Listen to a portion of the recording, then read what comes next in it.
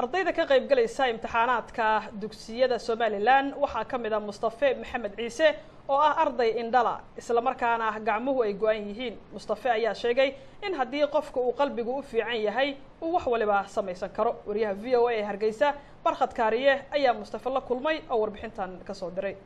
Mustafa Maxamed Ciise waa 26 jir isagoo yar indhaha iyo gacmaha ka naafoobay. waxaan ugu galay fasalkii uu ku jiray waqtigaasi oo ku guda jiray ka shaqaynta weydiimaha imtixaanka fasalada 8aad.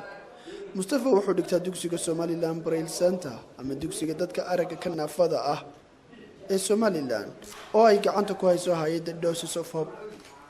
markaan u galay Mustafa wuxuu ku fadhiyay kursi ka samaysan loox waxaana hoos yaallay teebka waraaqaha lagu garaaco.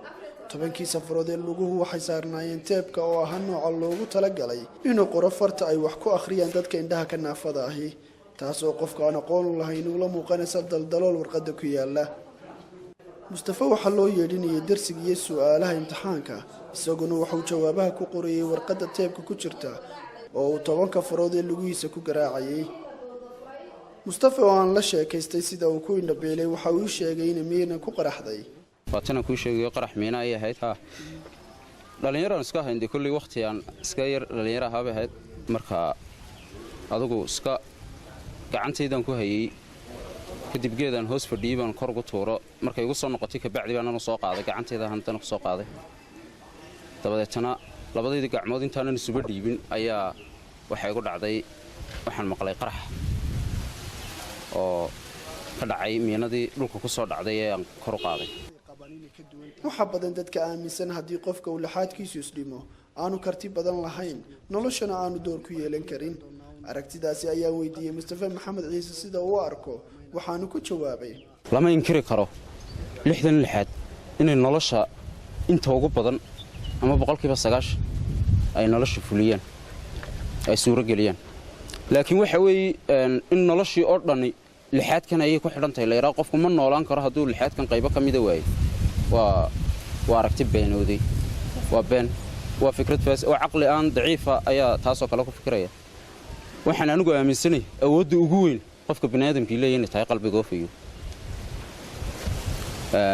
qalbigu hadduu caafimaad qabo qofka bini'aadamka uu noolaan kara nolol oo dhan buu suuro gelin kara waxa liyo wax ka dhiman oo aanu qabsan karin ma jiro wax kasta oo isku dayana uu sameyn karaya waan aaminsanahay.